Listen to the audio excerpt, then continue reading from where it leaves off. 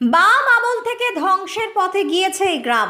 তবে কোথায় রয়েছে এই গ্রামটি, কোন গ্রাম নিয়েই বা আজকে আলোচনা হচ্ছে জানাবো আপনাদের। আর মাত্র হাতে গোনা কয়েকদিনের অপেক্ষা। এক কথায় চতুর্থ দফা লোকসভা নির্বাচনের শেষ মুহূর্তের প্রস্তুতি সমস্ত রাজনৈতিক দলের। আগামী 13ই মে বোলপুর লোকসভা কেন্দ্রে হবে লোকসভা নির্বাচন। সেই লোকসভা নির্বাচনের পূর্বে কি দাবি রাখছেন এই গ্রামের মানুষ, এই এলাকা থেকে যেই প্রার্থী জয়ী হোক না কেন কি চাইছেন তারা, কি চায় গ্রামের মানুষ, শোনাবো আপনাদের। বীরভূম জেলার ময়ূরেশ্বর 2 নম্বর ব্লকের অন্তর্গত কুণ্ডলা গ্রাম, যে গ্রামে আজও কান পাতলে অনুভব করা যায় সেই জমিদারি প্রথার গা থমথমে পরিবেশ। এই গ্রাম ঘুরে দেখলে খুঁজে পাবেন আজও বুক চিরে দাঁড়িয়ে আছে বহু জমিদারের সেই বাড়ি। এই গ্রামেই রয়েছে সেই জমিদারদের ঐতিহ্যবাহী পিতলের রথ। তবে কোথায় রয়েছে এই কুণ্ডলা গ্রামটি? সাঁইথিয়া রেল স্টেশন থেকে সাঁইথিয়া কাঁদি রাজ্য সড়ক হয়ে যেতে হবে আপনাকে প্রথমে বোখারিয়া বাস স্ট্যান্ড, আর সেখান থেকেই টোটো কিংবা অটোতে করে খুব সহজে পৌঁছে যাবেন এই কুণ্ডলা গ্রামে। সাঁইথিয়া রেল স্টেশন থেকেও সরাসরি আসতে পারেন টোটোতে কিংবা যে কোনো গাড়িতে করে, মাত্র 20 মিনিটের পথই কুণ্ডলা। তবে ভোটের মুখে কি চাহিদা রয়েছে গ্রামের মানুষের, এই বিষয় নিয়ে আমরা সরাসরি কথা বলেছি গ্রামের মানুষের সাথে। এই বিষয়ে ওই গ্রামেরই এক বাসিন্দা প্রসেনজিৎ চট্টরাজ আমাদের জানান, বাম আমল থেকে এই গ্রামের ধ্বংসের মুখে চলে যাচ্ছে একটু একটু করে। বাম আমলে যারা একটু মধ্যবিত্ত ছিল তারা সব শহরে চলে গিয়েছে বাম আমলের অত্যাচারে। এই জমিদারি বাড়িগুলো এখন ধ্বংসের পথে চলে যাচ্ছে। আমি চাই এই বাড়িগুলো অন্ততপক্ষে সংরক্ষণ করে ঠিক করে দেওয়া হোক। তবে গ্রামেরই মধ্যে রয়েছে গ্রামেরই আরাধ্যা দেবী মা সর্বমঙ্গলা, আর এই মন্দিরে বছরভর পুণ্যার্থীদের ভিড় লেগেই থাকে। আছে নিত্য পুজোর ব্যবস্থাও। বছরের বিভিন্ন সময়ে এই মন্দিরে কয়েক হাজার ভক্তদের সমাগমে দেওয়া হয় পুজো। তবে মন্দির তো আছে, হয়েছে কাজও। বিভিন্ন অনুদানেও গ্রামের মানুষের উদ্যোগে সেজে উঠেছে এই মন্দির। সরকারি উদ্যোগে হাই মাস্ক লাইট এবং শৌচালয়, আটচালা থেকে শুরু করে সাজানো হয়েছে বিভিন্নভাবে মন্দির চত্বর। তবে গ্রামের মানুষ চায় আরও উন্নয়ন। তাদের দাবি তৈরি করা হোক একটি যাত্রী নিবাস, ভিন্ন সাজে সেজে উঠুক এই সর্বমঙ্গলা মন্দির, তৈরি করা হোক একটি পার্ক। মূলত কুণ্ডলা গ্রাম জমিদার গ্রাম হিসেবেই পরিচিত। ইতিহাসের পাতা খুঁজলে এই গ্রামের দৃষ্টান্ত মিলবে সেই পাতায়। তবে কালক্রমে হারাচ্ছে এই গ্রামের ঐতিহ্য। ময়ূরেশ্বর 2 নম্বর ব্লকের কুণ্ডলা গ্রাম কয়েকশো বছর আগে সূচিত হয়েছিল, আর এই গ্রামে রয়েছে ঐতিহ্যবাহী রথ। রাঢ় ভূমের এই জেলায় ইতিহাসের পাতা উল্টালে যে কয়েকটি রথের অতীত কথা মিলবে, কুণ্ডলা গ্রামের পিতলের রথ কথা তাদের মধ্যে অন্যতম। অতি প্রাচীন এই পিতলের রথের সূচনা করেছিলেন জমিদার কৃপা সিন্ধু মুখোপাধ্যায়। এখানকার রথের সাবেকি আনার ধারা আজও কিন্তু অটুট। তবে অর্থসহ কালের কবলে অনেকটাই জৌলুস হারিয়েছে জমিদার বাড়ির রথ। শোনা যায় এই রথে পিতলের বিভিন্ন কারুকার্য করে সাজানো থাকলেও আজ সেই রথসহ রথ বাড়ি হয়েছে ভগ্নদশা। চুরি গিয়েছে রথের বিভিন্ন অংশ। কালের স্রোতে মন্দির থেকে রথ সব কিছুটা হলেও শ্রী হারিয়েছে। তবুও সেই সাবেকিয়ানা নিয়ম নীতি এবং নিষ্ঠায় আজও এতটুকু ভাটা পড়েনি। এই বিষয় নিয়ে কমলা মুখার্জি এবং আলপনা মুখার্জিরা জানান, রথ ঘরের এখন ভগ্নদশা অবস্থা। কোনো রকমে ঠাকুরকে আমরা জল দিয়ে পূজার্চনা করি। আমরা চাই এই এলাকা থেকে এই নির্বাচনে যেই প্রার্থী জয়ী হোক না কেন সে যেন আমাদের রথবাড়ির দিকে একটু নজর দেয়। তবে ভোট আসে ভোট যায়।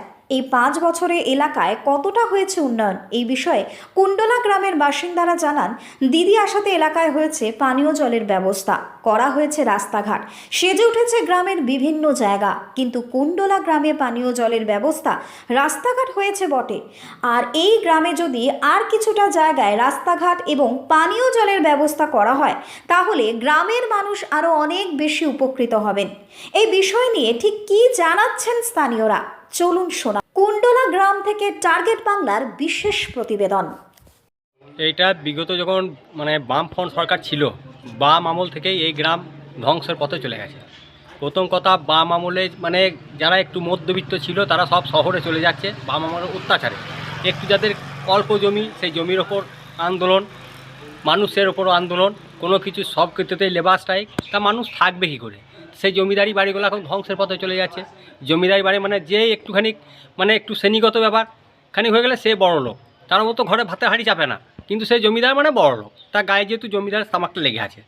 সেই জন্য আমরা চাইছি যেই জিতুক অন্তপক্ষে যেন এই জমিদারি বাড়িগুলোকে একটু দেখে।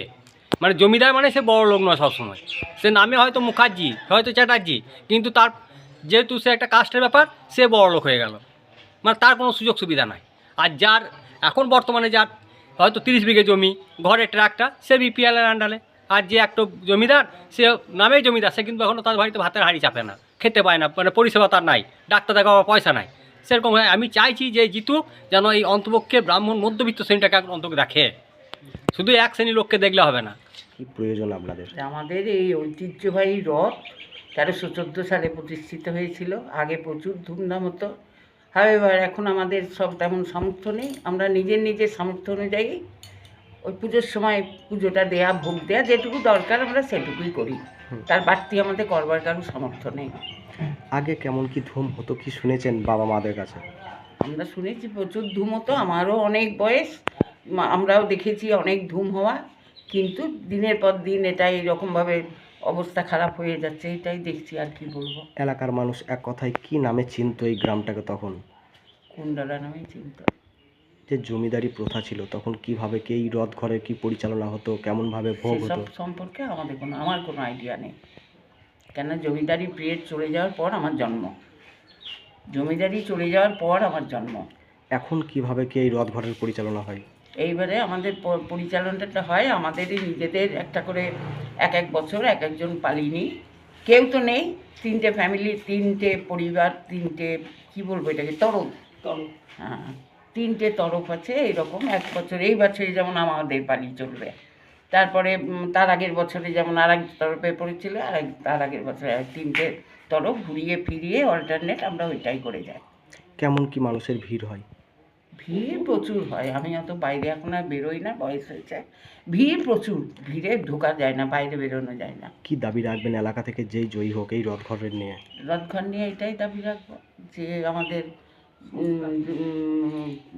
যারা জয়ী হোক তারা যেন আমাদের এই রথবাড়ির ওপরে একটু নজর দেয়, বা কোনোভাবে বিভিন্ন জায়গায় তো অনেক সংস্থা থেকেই সাহায্য করছে, সেরকম আমাদেরও যেন কোনোভাবে সাহায্য করে জিনিসটাকে, হ্যাঁ, রিনোভেশন হয়, যেন নতুন করে তৈরি হয়, এইরকম একটা বলে দেবে, করে দেবে।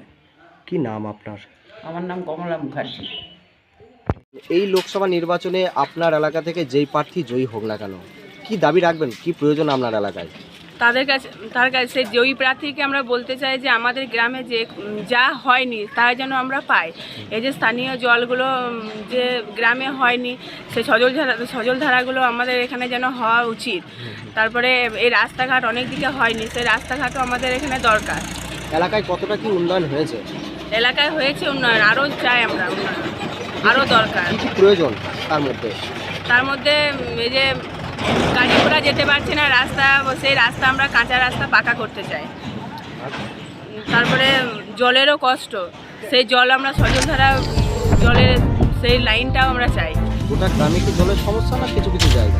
গোটা গ্রামে ছিল, এখন নেই, আর কিছু কিছু জায়গা এখন আছে, সেই জায়গাগুলো আমরা পূরণ করতে চাই। বাড়িঘর কি সবাই পেয়েছে এখানে?